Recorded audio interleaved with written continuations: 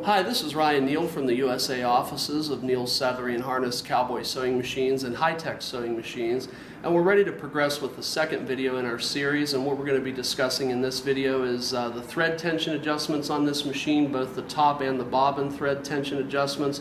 We're also going to walk you through how to wind a bobbin on the sewing machine, and we're also going to talk about the forward and reverse stitch and also the stitch length adjustments on the sewing machine. So for the first part of this video, I'm going to discuss a little bit about thread tension adjustments on these machines and what it is that you need to look for and what you would actually need to adjust on the sewing machine when you are adjusting the thread tension. So there are two separate thread tensions on the top side of the sewing machine. One is the primary tension. The reason why they call this the primary tension is because this is where most of your adjustments are going to occur on the sewing machine. The second tension adjustment that we have is the secondary tension or the pre-tension on the sewing machine. The reason why we have the secondary tension on the sewing machine is that it's designed as a pre-tension to pre-tension the thread when it comes down into the primary, and again, this is where most of your thread tension adjustments are. When you adjust the primary tension on this sewing machine, to tighten the primary tension, you're going to turn this knob counterclockwise, clockwise. You will turn the knob clockwise to increase the tension, and then you'll turn the knob counterclockwise to decrease the tension. And the same thing up here, when you tighten the knob, you'll tighten the knob clockwise to increase the tension, counterclockwise to decrease the tension. Generally, when you make thread tension adjustments on this sewing machine, whatever you turn the primary thread tension, you'll turn it by, for instance, if you turn it 1 revolution, you'll turn the secondary tension half as much. So that would be, again, half of a revolution. So if we tighten the primary tension 1 full revolution, then we will tighten the secondary tension a half of a revolution. If we tighten the primary tension 2 full revolutions, we'll tighten the secondary tension 1 full revolution. And so just as to show you guys an example of what an improper stitch looks like, you can see that in a situation here we've got loops, big loops on the underside of the material right here. And this is attributed to the fact that the top thread tension on the sewing machine is not tight enough. And so what we have to do to correct that, if the top thread tension on the sewing machine is not tight enough, you would tighten the top thread tension by approximately, usually in quarter turn to half turn increments is usually a best bet. If you're sewing with a very heavy leather, you can turn it maybe in 3/4 to 1 turn increments. And whatever you turn the primary tension, you also turn the secondary tension a half of whatever that distance was. So you can see from the sample we had large loops on the underside of the material. That's indicative of a situation where the top thread tension is not tight enough.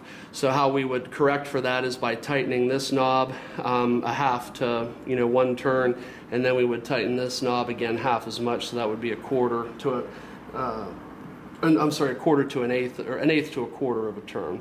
So that would be how you would adjust that situation if you had loops on the bottom side. Now if you had loops on the top side of the material, then what we would have to do is we would have to loosen the top thread tension. So that when you have loops on the top side of the material, that basically means that the top side of the machine is winning the tug-of-war between the top of the machine and the bobbin area in the sewing machine, so that if you have loops on the top side of the material, you're definitely going to need to loosen the top thread tension.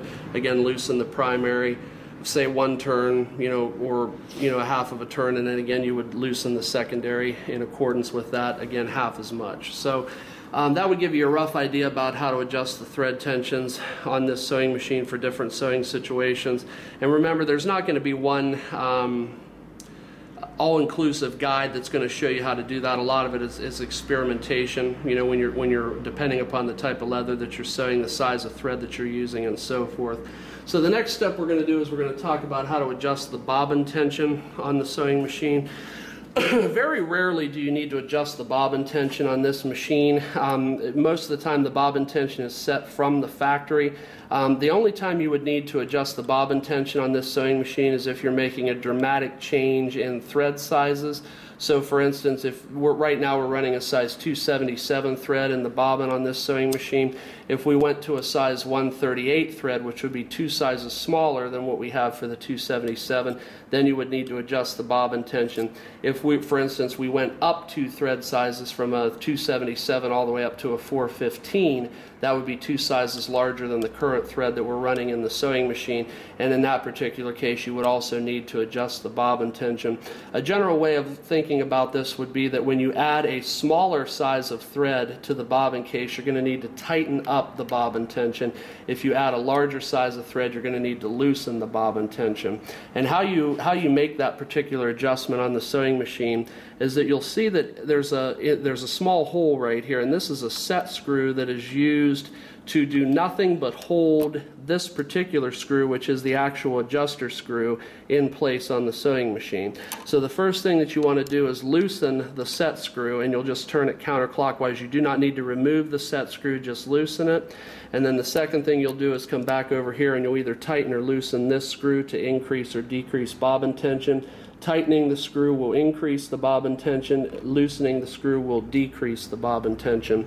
So that if, for instance, we were running a size 415 thread, which is much larger than the thread that's in this machine right now, we would need to decrease the bobbin tension by loosening it. If we were running a size 138 thread, we would need to increase the bobbin tension by tightening this screw. And the reason why, and it does make sense if you think about it, is you have a small plate right here, and this plate is resting against the side of the bobbin case. By having a bigger thread, we would need to push this plate farther away from the bobbin case housing. If we're running a smaller thread, we would need to push the thread a little bit tighter against the bobbin thread housing to maintain the same degree of tension. But again, rarely if ever do you need to adjust the bobbin tension on this machine. The best thing to do is to leave the bobbin tension alone and perform most of your adjustments from the top side of the sewing machine using the primary tension and the secondary tension on this unit. So that gives you a rough idea how to adjust the bobbin tension on the sewing machine, as well as how to adjust the top thread tensions on the sewing machine. And now we're going to talk about how to adjust the stitch length on the sewing machine. If you look at the sewing machine, you'll see that there is on the plate here, you'll see that there is an R for reverse and an F for forward. By slamming this lever all the way up, you'll see that that forces it into reverse. And then by pushing the lever all the way down, you'll see that that forces it into forward. There's also stitch length, there is a stitch length adjustment feature on this machine. And you'll see that there are numbers that are on this plate, starting from a number 0 going all the way down to a number 11. And these numbers are arbitrary. They don't mean anything. They're not stitches per inch. They're not millimeters per stitch or anything like that. They're simply reference numbers that are used to show you a change in the stitch length. So that if we wanted to, for instance, have a larger stitch length, if we wanted the paddle to go farther down, what we would do is we would loosen this plunger adjuster right here. And you can see that what that does is that allows me to push this lever all the way down as far or farther than what it was previously. And you'll see that as we do that, this plunger references farther down on this number scale. So it, for instance, went from a number 6 all the way down to a number 10 when we did that particular adjustment. So now we know that we have a bigger stitch. If we want to have a smaller stitch, then what we have to do is we have to turn this in a clockwise fashion. And so that pushes the plunger farther inward, and so we can see now that the plunger will not go all the way down, or will not go down as far as it did previously. And so you can see now that this would give us a smaller stitch. So and it also works that way in reverse. You can see that now that since I've got a smaller stitch, the plunger does not go all the way up as much in the reverse stitch. And it does that concurrently with what it does with the position that it was in the forward stitch as well. So that gives you a rough idea on how to adjust thread tensions. Just remember to loosen this if you want to have a bigger stitch, and remember to tighten it if you want to have a smaller stitch. And so you can see that the plunger position changes, and so that's what regulates the stitch length. So that's a quick tutorial on how to adjust the stitch length on this machine. And now what we're going to do is talk a little bit about how to thread the bobbin winder mechanism on the machine, and also how to wind a bobbin. And so what we'll do is I'll come over here to the to the first station that we actually wind for the bobbin winder mechanism, and you'll see that there's two tabs right here with holes in them. What we'll do is we'll thread the tab on the right hand side here from right to left. We'll bring it around the discs and we'll snap it between the two tension discs. Again, you don't wrap this around the discs a full revolution, you only bring it 3/4 of the way around, and then after that we'll thread the front arm assembly here, and we'll thread that from back to front. So now you can see that the thread's coming in from this side, coming around the discs, and coming back out through the arm assembly on this side. From there, we're going to go over here to the thread guide on the sewing machine. You'll see that there's a large hole in the center of this thread guide, and so what you'll do is you'll put the thread down from top to bottom through this hole.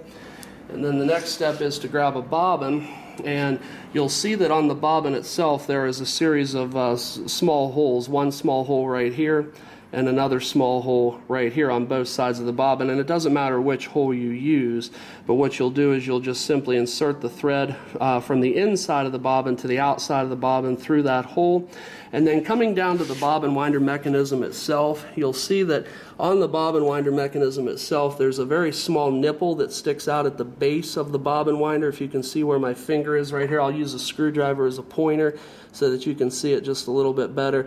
That small nipple that's at the base of the bobbin winder is what you actually stick this small hole onto.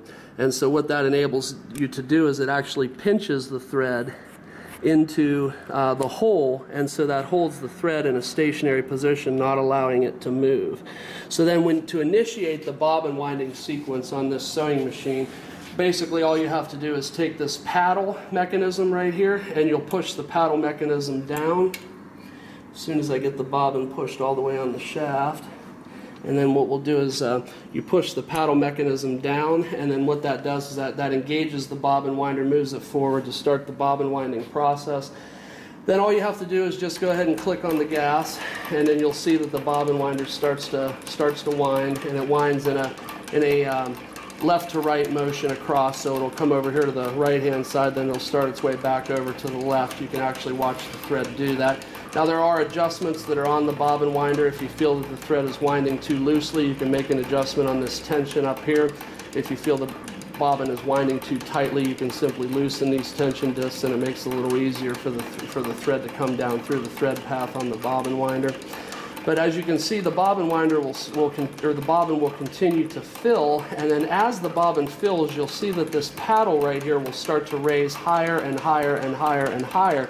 And then as it does, eventually it'll reach a point, once the bobbin is filled, eventually it'll reach a point to where the bobbin winder mechanism itself just kicks off. And I'm going to simulate this in the video because obviously you don't want to see me winding a bobbin for the next 20 minutes. So anyhow, I'll simulate this in the video that will simulate the kickoff point for the bobbin winder. And so how that works is it's going to be like this, that when the bobbin winder fills up all the way, or when the bobbin itself fills up all the way, you'll see that this paddle will kick up in the up position. Usually what you want to do when you're winding a bobbin is you want the bobbin to fill to within about a 1/16 to a 32nd of an inch from the outer rim of the bobbin. Right now this bobbin's about halfway full, but you want it to fill to within a 1/16 to a 32nd of an inch of the outer rim of the bobbin. And that kickoff point on the bobbin winder is actually adjustable, and you'll see here that there is a small black metal plate on top of the chrome paddle, and in order to adjust the bobbin winder, there's a small nut that's under here. I'll see if the camera can catch this in the video. There's a small nut that's right underneath here. What you would have to do is loosen that nut, and then you would either tighten or loosen the screw that's right here, and so that allows you to push this plate down or bring this plate up, thereby adjusting the kickoff point for the bobbin winder mechanism itself. There is a small thread cutter right here, which could be utilized to cut your thread after you're done winding a bobbin. I usually just take a pair of thread snips or scissors and go ahead and just cut it off myself after the thread's wound, but you can use that small thread cutter right there to cut the bobbin thread. So this would give you a rough idea as far as making thread tension adjustments on the sewing machine, as well as adjusting the stitch length on the sewing machine and the forward and reverse, as well as threading and utilizing the bobbin winder on the Cowboy CB4500. And my name is Ryan Neal from the USA offices of Cowboy Sewing Machines. If you have any questions on this sewing machine or you'd be interested in purchasing one, please contact us at area code 330-692-1418. And I do thank you for your time today.